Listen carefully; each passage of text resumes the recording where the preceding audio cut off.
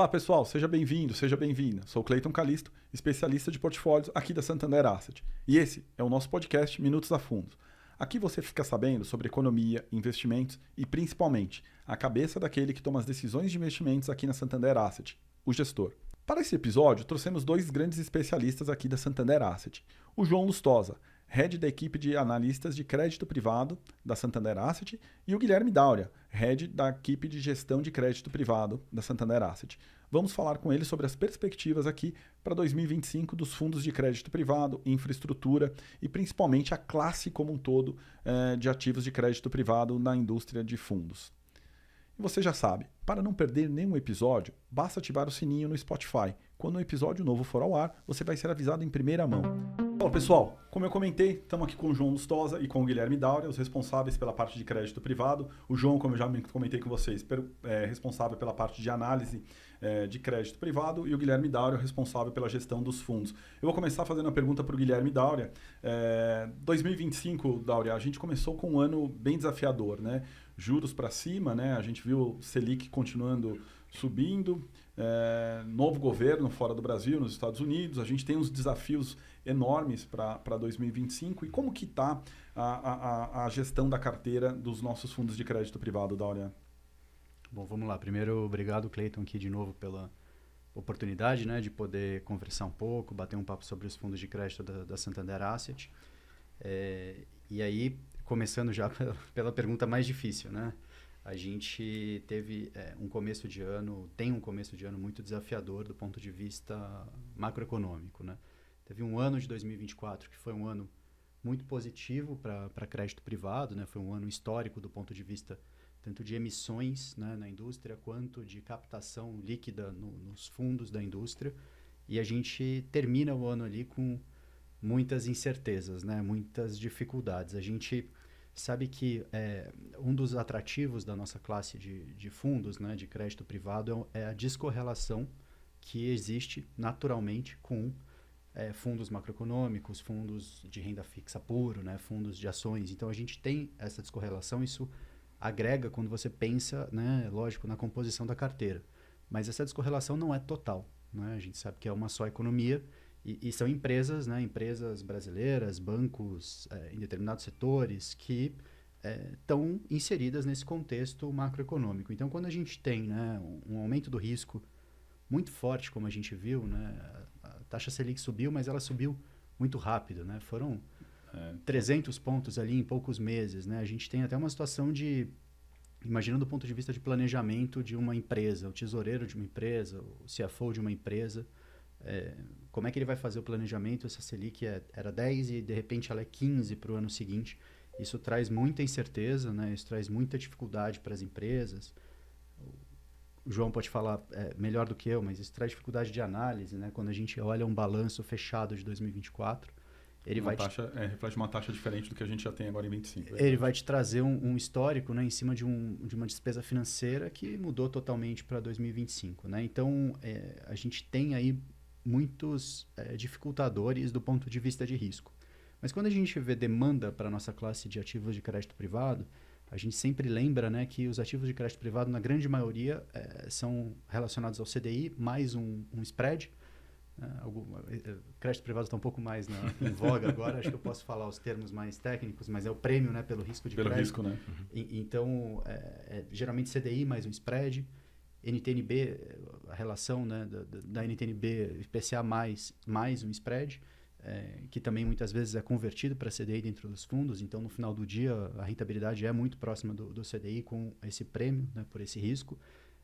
Por causa desse fator de juros mais altos, a gente tem naturalmente uma atratividade maior, né, para os investidores para esses fundos. Então, a gente sabe, né, que a indústria continua aí, de certa forma, em destaque como captação, por ser, né, uma classe que vai trazer aí uma diversificação e, lógico, um retorno acima do CDI que já é muito alto. Então, um retorno nominal total bastante interessante.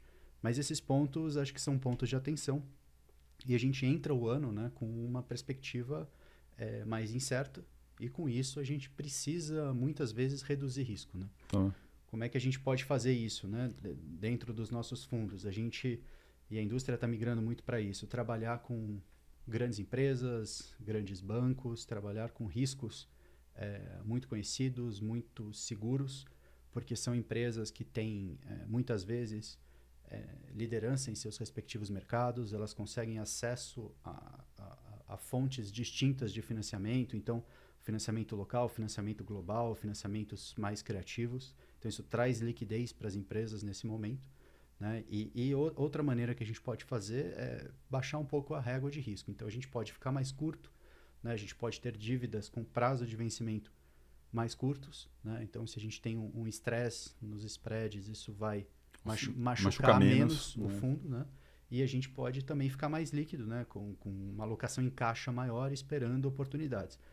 Mas tudo isso, né? De qualquer forma, são resultados que acabam reduzindo, né, a rentabilidade normal, a rentabilidade diária, o que o pessoal vai chamar de carrego dos fundos. Então, o nosso trabalho aqui, né, é sempre buscar diversificar, buscar prospectar, buscar escolher boas oportunidades para a gente estar investindo, né, e estar sempre tentando otimizar esse carrego, otimizar essa relação de risco-retorno para trazer para o cotista o que a gente consegue fazer de melhor, navegando o ambiente mais difícil, né, que a gente vê, sabendo que a gente está vindo de um ano que foi um ano muito positivo para a classe e que dificilmente vai se repetir. Replicar, né?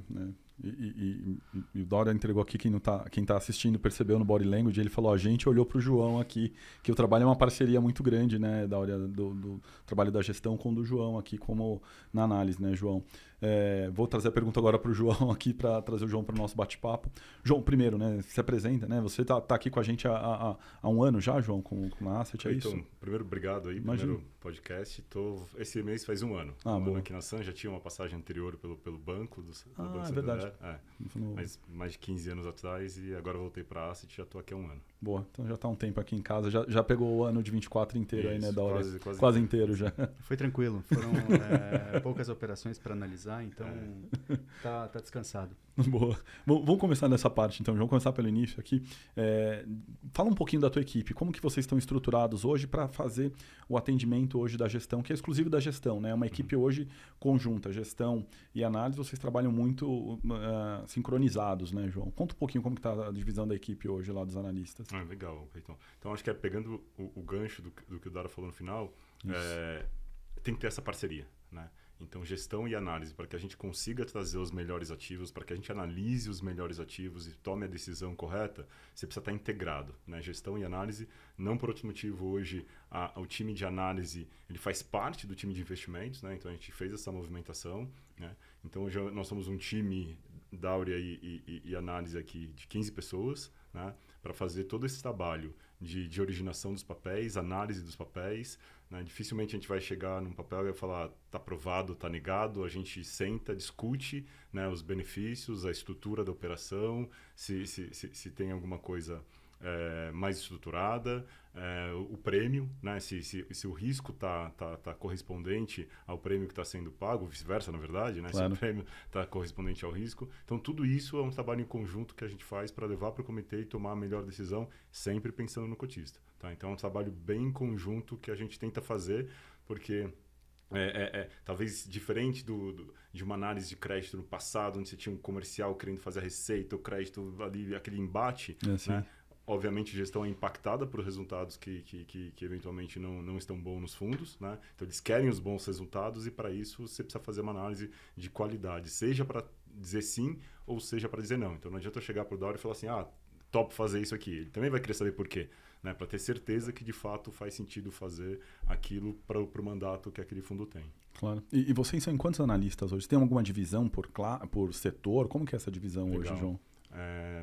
O que eu tentei fazer ali para ter mais sinergia com o negócio, né? Setorizar, né? Então, fiquei bastante em dúvida sobre como conduzir, mas no final do dia a gente setorizou. Então, é legal você ter as pessoas especializadas no setor, conhecendo aquele nome. Então, se fala um nome de um cliente, alguém tem que saber da minha equipe mais do que eu o que está acontecendo no detalhe, né? Então, a gente setorizou e cada empresa vai ter um analista e tem um backup, né? Então, o analista saiu, está de férias, alguma coisa, e também para você produzir uma rotatividade na equipe, né? Então, você tendo esse backup, você consegue fazer com que a equipe aprenda mais de todos os setores, tá? Então, são 5 5 analistas, 2 estagiários, que você vai formando a base, vai formando a pessoa dentro de casa, e eles ajudam bastante, e eu controlando esse time, administrando esse time. Boa. Pegando um pouco aqui, Dáurea, vou fazer uma pergunta na mesma linha para o Dáurea agora, porque a gente mudou também a gestão, né, Dáurea? A demanda maior em 2024, já vinha, né, desde 2022, 2023, mas intensificou em 2024. A gestão hoje também está mais robusta, né, Dáurea? Com mais gestores dentro da nossa mesa de crédito privado, é isso, né? Não, perfeito. Hoje a gente tem, são 2 gestores sêniores, né? Uma gestora, um gestor, e mais 3 gestores mais júniores, né? Que trabalham ali no nosso dia a dia junto comigo e mais um estagiário. Então, uma equipe de 7 profissionais ali na mesa, dedicadas integralmente, né? A fazer a gestão, acompanhamento, trading, todas as operações relativas aos fundos, né? E também municiar a própria Santander Asset com as informações, né, para que a gente possa dar sempre a maior transparência possível para os nossos cotistas do que está acontecendo com os fundos, para onde a gente está navegando e como que a gente quer trabalhar nesses ambientes. Boa.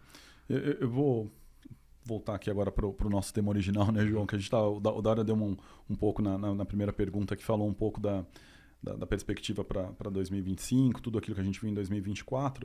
Do seu lado, né, João, olhando pelo lado da análise de crédito, né, tem algum setor que você tem destacado, ou perfil de emissão que vocês têm preferido mais ou menos, né? Tanto o lado positivo como negativo. Acho que aqui o bate-papo é aberto mesmo, né? A gente entender um pouco o que vocês estão olhando hoje pelo lado da análise, né? Legal. Particularmente, eu prefiro achar os vencedores nos setores, né? Porque a gente acaba olhando emissões de longo prazo. Então, num determinado momento, aquele setor pode estar legal, ele vai estar pior, e aí como é que essas empresas se comportam, né? Claro. Óbvio que se você pega os dias de hoje, com o patamar de taxa que a gente está, então o varejo está sofrendo um pouco mais, setores de saúde sofrendo um pouco mais, né? Então, a análise que a gente faz é uma análise fundamentalista, né? Então, a gente analisa a empresa em todos os aspectos possíveis para ter certeza ou um grande grau de confiança, né? Certeza é muito forte, de que aquela empresa vai conseguir honrar aquela obrigação que ela está assumindo, né?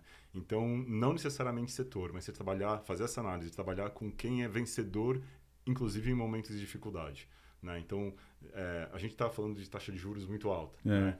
Então, pense que, 2 anos atrás, a curva de juros para agora era uma curva de juros menor. Então, as empresas estão rodando juros que elas não tinham previsto no orçamento delas, né? Então, talvez elas enfrentem dificuldade para honrar aqueles pagamentos.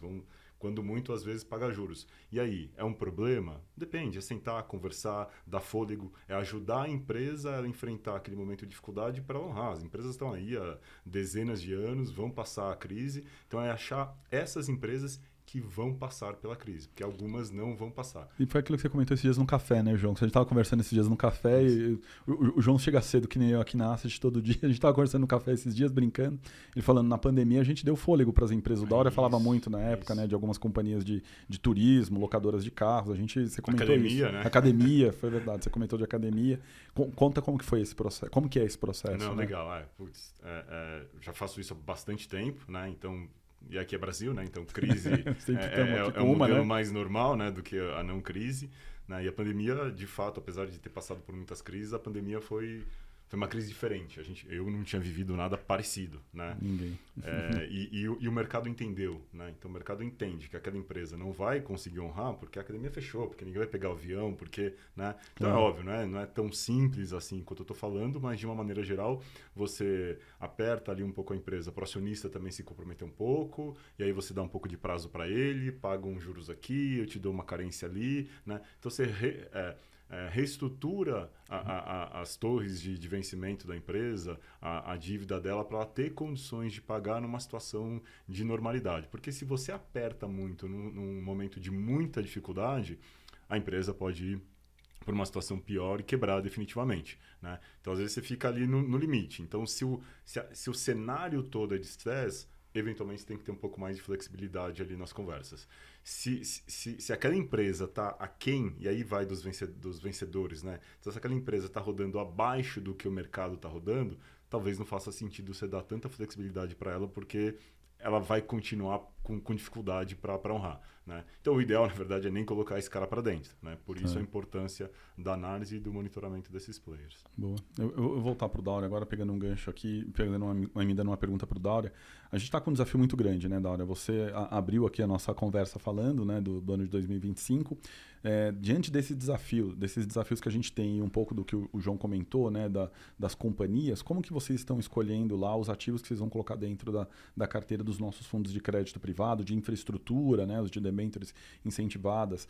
Tem um maior prazo, duration maior, né, um maior vencimento desses títulos, são mais curtos? O que vocês estão preferindo hoje colocar dentro da carteira, né? Não, claro, vamos lá. Acho importante também colocar um pouco assim, né? 2024, foi um ano positivo para o crédito, um ano com bastante crescimento. Tem ali, né, se a gente olha para dívida, um exemplo, dívida corporativa no Brasil, há 10 anos atrás, isso ficava 85% com os bancos, né? Passados 10 anos, hoje a gente está falando de 2/3 para os bancos, 1/3 aqui para o mercado de capitais. Então, esse foi um ano que deu um salto, né? 2024 foi um ano que deu um salto nessa transferência, né, de dívida, né, do balanço dos bancos para os fundos de crédito, os fundos referenciados daí, os fundos de infraestrutura, né, de debêntures incentivadas, como você comentou. Eles estão tomando, né, um espaço maior dentro de todo o composto, né, de dívida, especialmente dívida corporativa aqui no Brasil. Então, assim, existem bons ativos. Acho que esse que é o principal ponto, né? Assim, a gente sabe que se a gente fizer a diligência correta, se a gente prospectar, a gente consegue fazer os investimentos, porque tem muitos desses ativos que já são boas empresas, já são bons tomadores de riscos, são empresas, como o João falou, né, ganhadoras e com isso tem estruturalmente geração de caixa positivo, tem fundamentos que fazem boas empresas, né? Então, existe uma oportunidade que está dentro do balanço dos bancos, que muitas vezes não remunera tanto o banco, né? O banco, para ser um ponto ali principal de serviço para os seus clientes, ele pode assessorar esse cliente para emitir uma dívida e os fundos, né, serem os grandes tomadores desse risco no longo prazo, por ser mais adaptáveis, por ter menos componentes de requerimento de capital. Então, isso faz com que fique mais atrativo, reduza, né, o custo total, né, da indústria. Então, existe aí um caminho, a gente sabe que isso nunca é retilíneo, né, é cíclico, então claro, momentos de avanço, momentos menores, e aí agora, né, olhando para frente, a gente tem que encontrar maneiras, né, da onde que a gente vai tomar o risco. Se a gente está tendo um prêmio, né, um spread acima do CDI, existe um risco, né? O famoso não tem o almoço grátis. Não tem almoço né? grátis, né, João? Se o fundo está rendendo acima do CDI, é porque ele está correndo algum risco medido, né, mensurado, claro, mas ele está correndo um risco. E a gente precisa dosar, né, essa aceleração de tipos de risco nesse momento. Então, um ponto, né, que eu até passei rapidamente no começo, a indústria como um todo, não só a gente, mas os outros gestores, de maneira geral, estão bastante líquidos, né? Estão com bastante caixa. Bastante caixa nos fundos. Nos né? fundos. Então, é um momento que dá para você correr um risco de liquidez talvez um pouco maior. Né? Em momentos onde você tem um caixa mais apertado, você não quer ir para papéis menos líquidos, porque tem maior dificuldade, eu vou precisar vender isso daqui uma semana, não é um bom momento para investir em ativos menos líquidos. Então, esse talvez seja um ponto onde a gente consegue agregar algum tipo de valor para o nosso cotista. A gente tem bastante caixa, a gente tem bastante liquidez, então a gente pode trabalhar, às vezes, com empresas boas que têm títulos menos negociados, né, que tem uma curva no mercado secundário menos óbvia. A gente pode ir para ativos estruturados, né? Então acho que esse talvez seja um dos pontos que está crescendo bastante na indústria, né? São os ativos estruturados. Então, muitas vezes você tem uma empresa que ela por si só não traz tanta robustez de crédito, mas ela tem ali recebíveis que tem uma qualidade muito boa, que tem muito valor. Então, pode ser feito um produto estruturado usando esses recebíveis e pensando num fluxo que seja sênior, de alguma forma, a própria linha de pagamento da empresa. A gente pode encontrar operações que caibam dentro dos fundos e que são, né, ativos menos transacionados, com menos liquidez, e a gente ganha um prêmio também por essa liquidez. Parece adequado no momento que você tem mais caixa para trabalhar.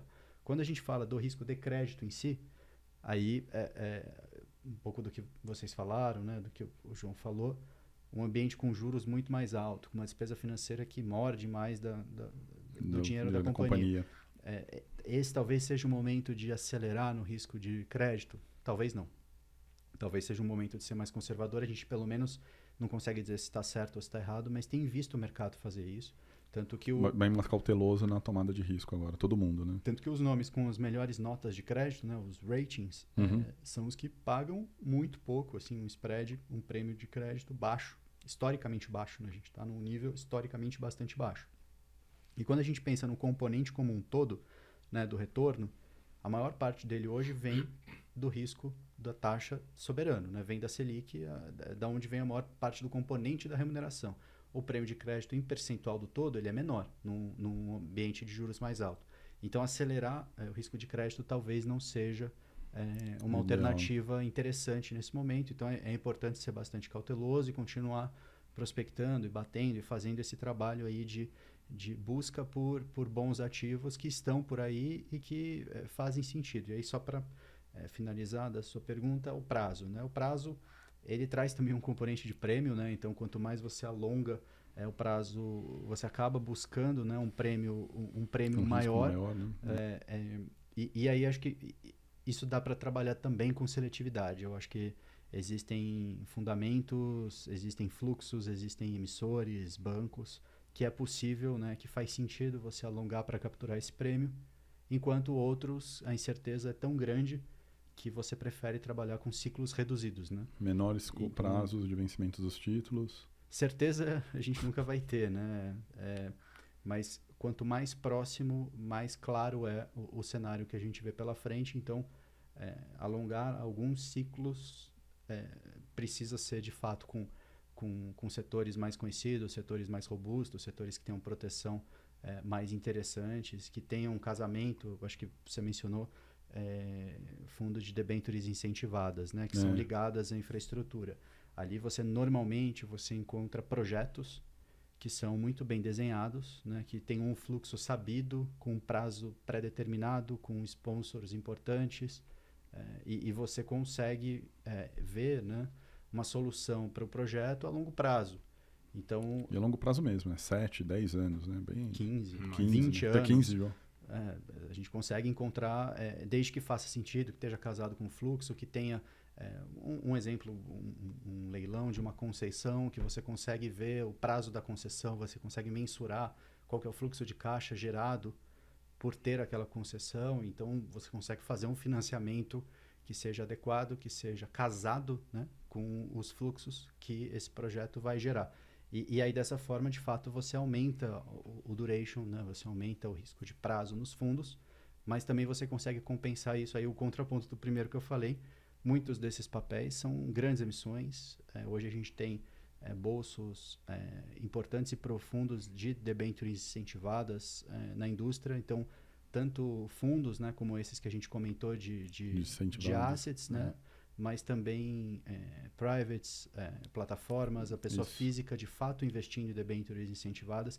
Isso traz uma diversificação dos bolsos e dos investidores que permite essa troca, né? Essa transação. Então, debêntures incentivadas a gente encontra, por mais que os prazos sejam longos, a gente encontra um pouco de liquidez que dá o conforto para a gente trabalhar, né?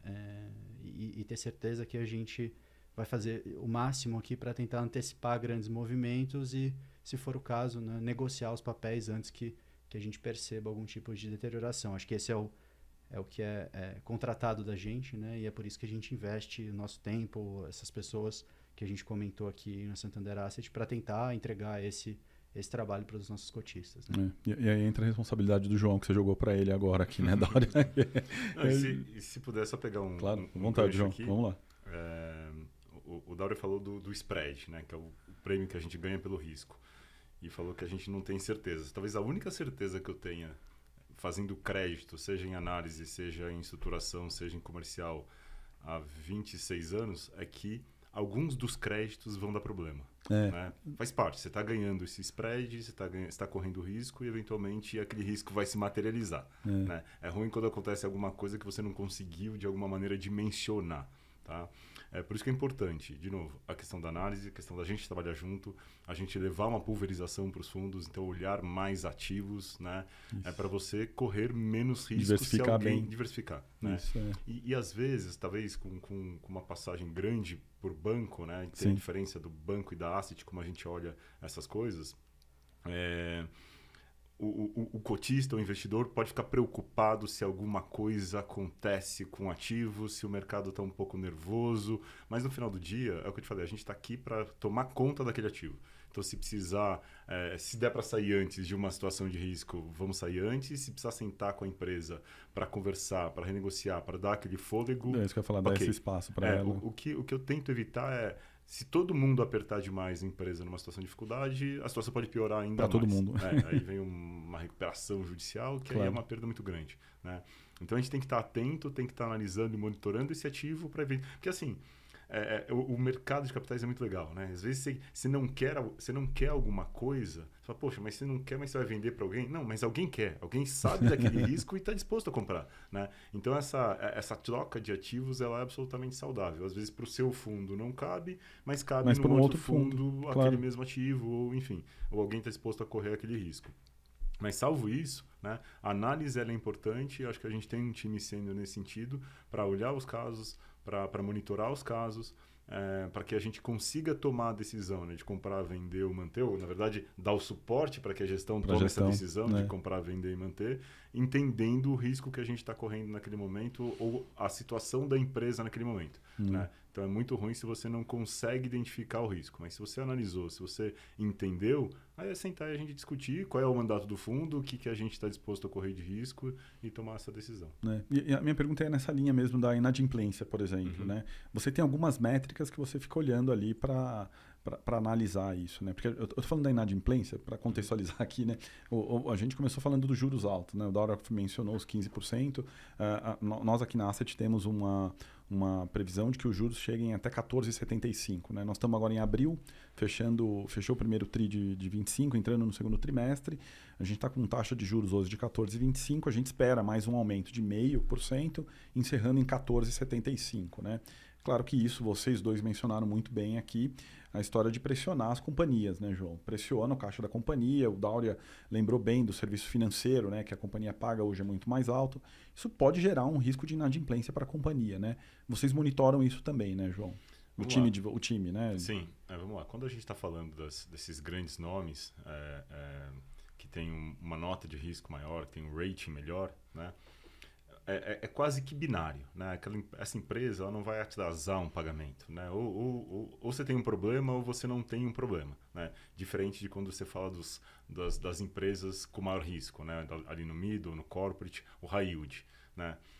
Então, na verdade, o que a gente faz é, primeiro, eventualmente, a depender do setor, essas empresas podem sofrer por fazer uma venda para o varejo e sofrerem inadimplência e precisar renegociar com você. Então, vamos ter que olhar qual que é o nível de desemprego, como é que está a taxa a massa salarial, a taxa de juros que prejudica também essas pessoas quando tomam crédito, né? E a taxa de juros está alta porque, na verdade, é para conter a inflação, e a inflação, na verdade, quer reduzir, para conter a inflação, você tem que reduzir o mercado, né? Tipo, o mercado tem que desaquecer um pouquinho, então as pessoas têm que consumir menos. Desacelerar a atividade econômica, né? Obrigado. E aí, eventualmente, para as empresas isso também é um problema, né? Claro. Então, assim, quando você olha um produto estruturado, que você está pulverizado, que você tem recebíveis, né? Você mede muito essa questão da inadimplência. Né? Quando você trabalha com grande empresa, o que eu preciso ter certeza é que ela vai ter condições de honrar os pagamentos. Porque, assim, a partir do momento que ela não honrou uma debenture, uma dessas operações de banco, mercado de capitais, meio que vai cascatear para as outras, né? Então, a gente precisa estar monitorando os indicadores financeiros, a cada trimestre os desempenhos, entre os balanços e o momento atual. Está conversando com a empresa, está conversando com o mercado, está falando sobre o setor, né? Para tentar, às vezes, até ajudar a empresa naquilo que é necessário. Você tem certeza que você vai pagar isso aqui? Vamos conversar, tal, não sei o quê, para evitar que ela venha a inadimplir. Porque a inadimplência, para esse tipo de empresa, isso não é um atraso. Né?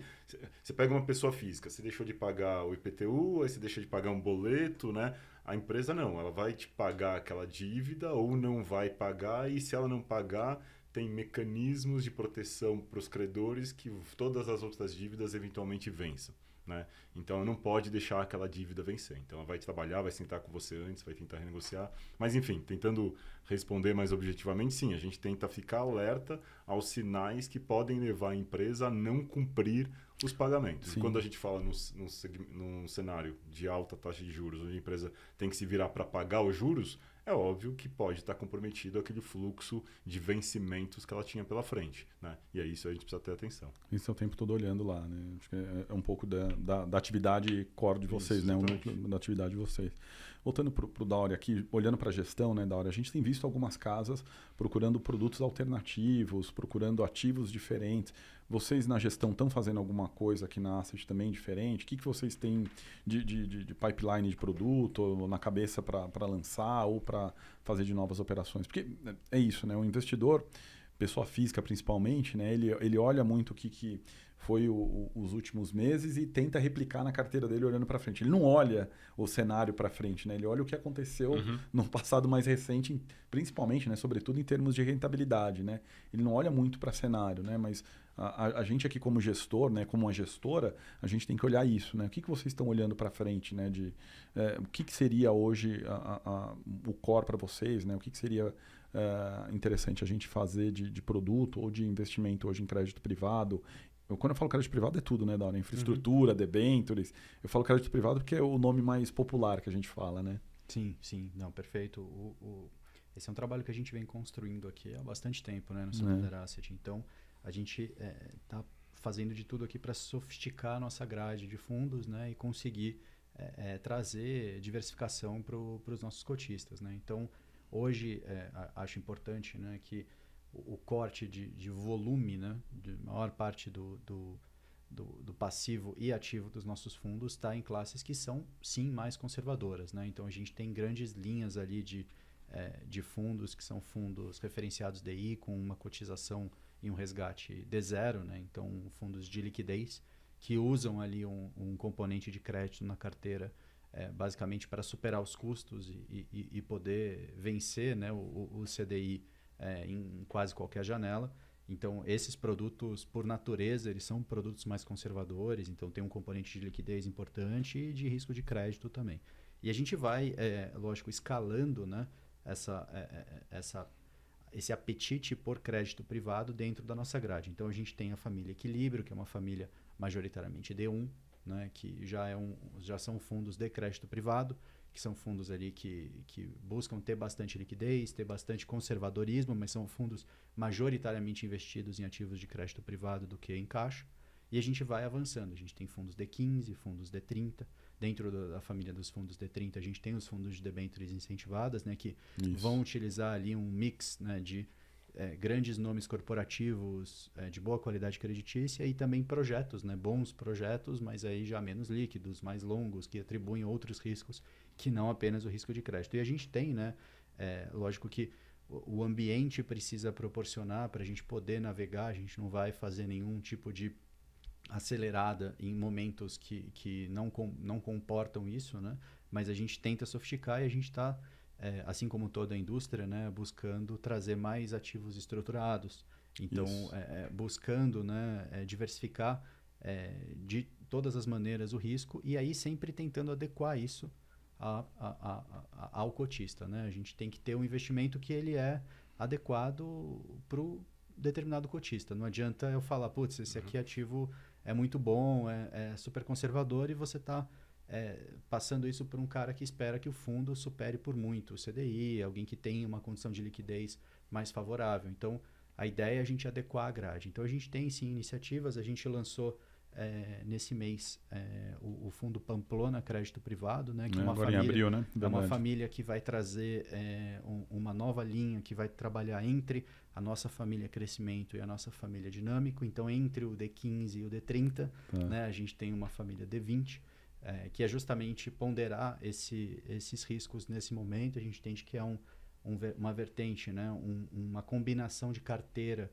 que traz um risco-retorno adequado nesse momento. A gente entende que consegue originar bons ativos para essa linha. Tá bom. E esse fundo também permite a gente navegar os ambientes, os momentos, os cenários A gente consegue ficar mais exposto a fundos mais conservadores se o cenário continuar piorando, e a gente consegue acelerar para fundos mais agressivos se o cenário for mais desafiador, né? Então, esse foi o nosso último lançamento. A gente tem programado ainda, né, na janela de produtos, mais ainda para o fim do ano e para o próximo ano, a gente ter produtos diferentes, produtos com mais risco, produtos mais estruturados, justamente para capturar uma virada, né, econômica que está esperando, torcendo algum tempo, mas os desafios continuam, né? Então, nesse momento, a gente segue olhando um pouco aqui para os nossos produtos, né, que são bastante fortes, que são produtos ganhadores num cenário mais neutro, e num cenário mais difícil,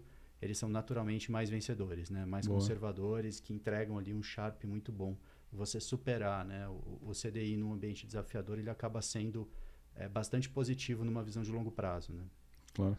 Acho que, pessoal, a gente está chegando no final aqui, já está dando tempo aqui, e eu vou aproveitar aqui e pedir para o João aqui, né, deixar uma mensagem aqui para 2025, se a gente pudesse falar para o investidor, né, como um todo geral aqui, o que ele tem que olhar ali dos emissores, né, ou de algumas companhias, o que ele deve, algum fundo, né, o que ele deve olhar com cuidado e prestar atenção hoje para risco para 2025, olhando mais pelo lado de risco, né, João? Porque eu acho que hoje é isso, né? O desafio que a gente tem para 2025 é enorme, juros para cima, uma perspectiva de desaceleração ao longo do segundo semestre para esse ano para o Brasil, os desafios que a gente tem vivido agora nesse início de 2025 com o novo governo nos Estados Unidos, né? Com algumas mexidas grandes, né? Em tarifas, em questões mais estruturais de balança comercial, olhando local, olhando para o nosso produto, o que o investidor tem que ficar de olho, né, João, para 2025? Uma pergunta fácil essa. Mas eu vou te dar uma resposta diferente, eu acho também.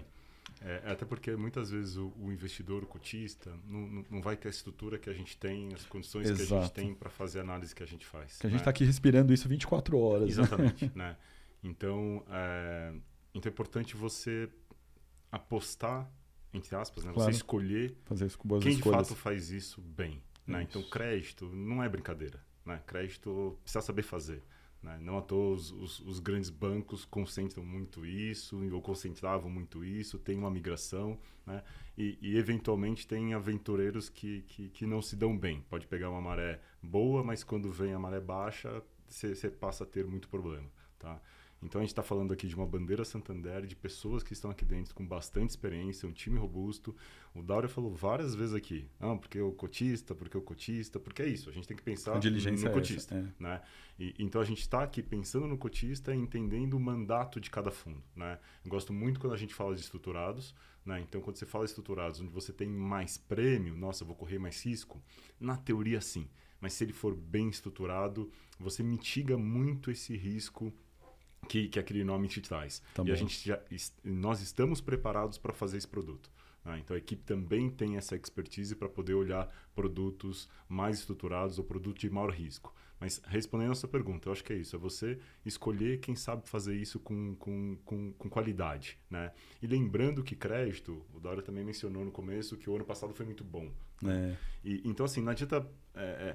tá bom no ano, aí no ano seguinte tá ruim, aí eu saio tal. Não, calma, né? Então, você tem que pensar no crédito a médio e longo prazo, tá? Então, estando numa casa que sabe fazer isso, com pessoas com bastante senioridade e maturidade para olhar, ter um pouco de tranquilidade e confiar em quem está fazendo isso, em quem você contratou para fazer isso. Se você escolheu um fundo conservador, se você escolheu um fundo mais agressivo, enfim, é a sua escolha, a escolha de cada investidor, claro. Mas escolha bem quem está fazendo isso para você, quem está escolhendo o ativo, porque no final do dia é isso, né? O investidor contrata a gente para comprar o ativo e alocar lá com o recurso dele. Então escolha bem quem você está fazendo isso, que eu acho que você vai ter menos dor de cabeça. Boa, obrigado, João. Eu vou para a pergunta final aqui para o Daura também, deixar a mensagem aqui, Daura, para aquele investidor que quer manter ou pretende aumentar a exposição dele em crédito privado em 2025.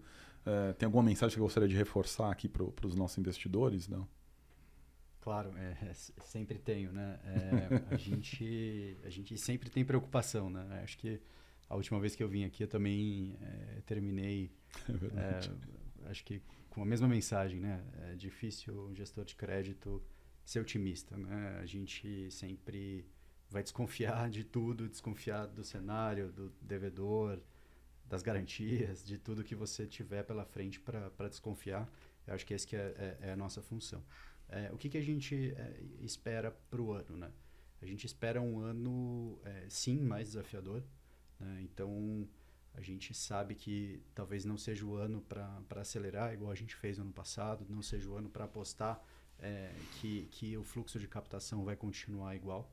A gente entende que a indústria de crédito privado como um todo segue muito bem posicionada, segue agregando, trazendo muito valor para a carteira de investimento, né, de qualquer tipo de investidor, porque a gente entrega esse Sharpe interessante, né, a gente tem uma volatilidade ainda baixa, e olha que hoje a marcação ao mercado dos ativos de crédito é muito melhor do que já foi, ainda tem espaço para melhorar, mas já é muito melhor, e mesmo assim é uma volatilidade mais baixa, e superando, né, eu acho que o João pincelou bem, o objetivo deveria ser de um fundo de crédito longo prazo, né? A gente sabe que tem as diferentes janelas de liquidez, mas pensando no longo prazo, a gente sempre vai buscar superar o CDI de acordo com o apetite. Então, a gente pretende fazer isso, acho que tem condições de fazer isso esse ano. Mas a magnitude, né, desse prêmio é menor do que do ano passado. Claro. Então, a gente precisa entender que no longo prazo, esses ciclos podem ser mais difíceis quando a gente olha no mês a mês, mas se a gente, né, acumula uma rentabilidade positiva ano após ano, num ano tão difícil, com uma Selic mais alta, né, o nominal da classe ainda continua, de certa forma, bastante atrativo. Bem favorável. Boa. Obrigado, Dário, pela presença de novo aqui no nosso podcast. João, obrigado pela estreia. Obrigado, foi um muito prazer. bem aí. Bem-vindo. Volte mais vezes. Será convidado. Dário, não preciso nem falar, já é de casa. Pessoal, você que ficou aqui conosco até o final, quero agradecer. Lembra de ativar o sininho no Spotify. Quando o episódio novo for ao ar, você vai ser avisado em primeira mão. Além disso, tem a nossa página no YouTube. Cadastre-se lá, se inscreva no YouTube. Todos os dias a gente tem vídeos diários sobre investimentos, economia, finanças como um todo. Não deixe de nos seguir lá, Santander, né, no YouTube, youtube.com/Santander. Obrigado, pessoal. A gente vai se falando. Até o próximo.